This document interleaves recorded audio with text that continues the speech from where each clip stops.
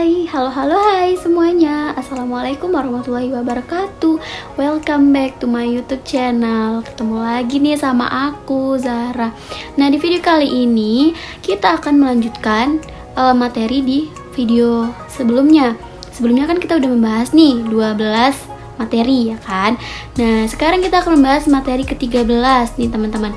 Ada yang tahu nggak nih apa sih yang akan kita bahas dalam materi kali ini? Penasaran kan? Ikuti terus videonya.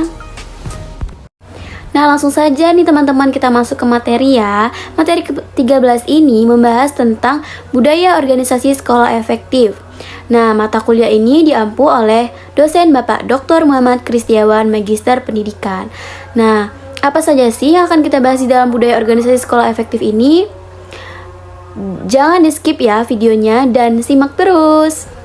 Nah, sebelum kita bahas lebih lanjut nih teman-teman, yang pertama yang harus kita ketahui itu adalah apa sih yang dimaksud dengan budaya organisasi itu. Nah, di sini ada 3 ahli mengungkapkan. Yang pertama, menurut Fata tahun 2012, budaya organisasi merupakan sebuah persepsi bawah sadar bagi anggota organisasi.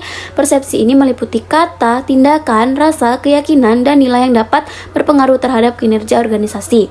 Yang kedua, menurut Martin tahun 1998, budaya organisasi merupakan serangkaian sikap, nilai, keyakinan yang umumnya diciptakan untuk mengarahkan perilaku organisasi. Sedangkan menurut Kinman dan Russell tahun 2001, budaya organisasi merupakan filosofi, ideologi, nilai-nilai keyakinan, asumsi-asumsi, dan norma-norma yang dianut bersama-sama. Nah, di dalam budaya organisasi yang efektif itu terdapat dimensi-dimensinya. Nah, dimensinya itu dibagi menjadi 2. Ada dimensi eksternal dan dimensi internal. Nah, bagian dimensi eksternal itu terdiri dari mission and strategi, lalu goals, lalu means to achieve goals, lalu measurement and correction. Sedangkan dimensi internal itu terdiri dari common language, group burdens for inclusion and exclusion, distributing power and status, developing norms of intimacy, friendship and love, reward and punishment, dan yang terakhir explaining and explained, ideology and religion. Nah, tadi kan kita udah bahas nih mengenai pengertian dari budaya organisasi. Sekarang, apa sih yang dimaksud dengan budaya organisasi sekolah efektif itu?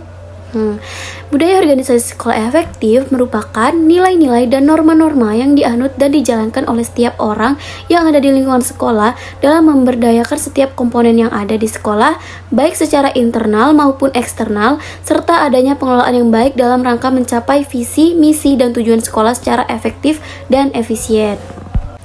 Nah, di dalam budaya organisasi yang sekolah yang efektif itu terdapat karakteristiknya. Apa sih karakteristik yang ada di dalam budaya organisasi itu? Penasaran kan? Yuk simak terus videonya. Nah, karakteristiknya itu ada 8. Yang pertama ada inisiatif individu, yang kedua toleransi terhadap resiko, yang ketiga adalah pengarahan, yang keempat integrasi dan dukungan manajemen, yang kelima dukungan manajemen, yang keenam pengawasan, yang ketujuh identitas dan sistem pengarahan, dan yang terakhir toleransi terhadap konflik dan pola komunikasi. Nah, selanjutnya apa saja sih tipe budaya yang ada di dalam organisasi itu? Tipe budayanya ada 2 tipe teman-teman. Yang pertama ada Open and Participate System. Open and Participate System ini ditandai dengan adanya kepercayaan terhadap bawahan, komunikasi yang terbuka, kepemimpinan yang sportif dan penuh perhatian, penyelesaian masalah secara kelompok, adanya otonomi bekerja, sharing informasi, serta pencapaian tujuan yang tinggi. Nah, sedangkan yang kedua adalah Close and Autocratic Culture. Nah, ditandai dengan adanya pencapaian tujuan yang tinggi, namun pencapaian tersebut mungkin lebih dinyatakan dan dipaksakan pada organisasi dengan para pemimpin yang otokrasi dan kuat. Nah, teman-teman, di dalam sebuah organisasi itu juga tentunya terdapat unsur-unsur ya kan. Nah, apa saja sih unsur-unsurnya? Nah, ini udah Zara buatin peta konsep unsur-unsur budaya organisasi. Teman-teman bisa pause dan bisa teman-teman screenshot ya. Oke. Nah, di setiap bagian itu pasti memiliki fungsi kan. Apa sih fungsi dari adanya budaya organisasi itu? Fungsinya itu ada 3. Yang pertama, memberikan identitas organisasi anggotanya. Yang kedua, memudahkan komitmen kolektif, mempromosikan stabilitas sistem sosial, dan yang terakhir membentuk perilaku dengan membantu manajer merasakan keberadaannya.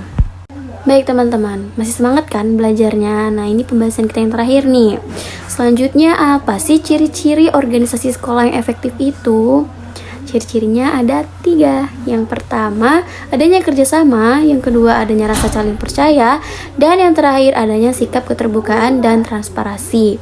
Nah, selanjutnya ada peta konsep lagi mengenai budaya organisasi sekolah efektif, yaitu terdiri dari proses input, lalu proses, lalu output, dan juga outcome. Nah, di dalam 4 proses tersebut akan menghasilkan visi, misi, tujuan.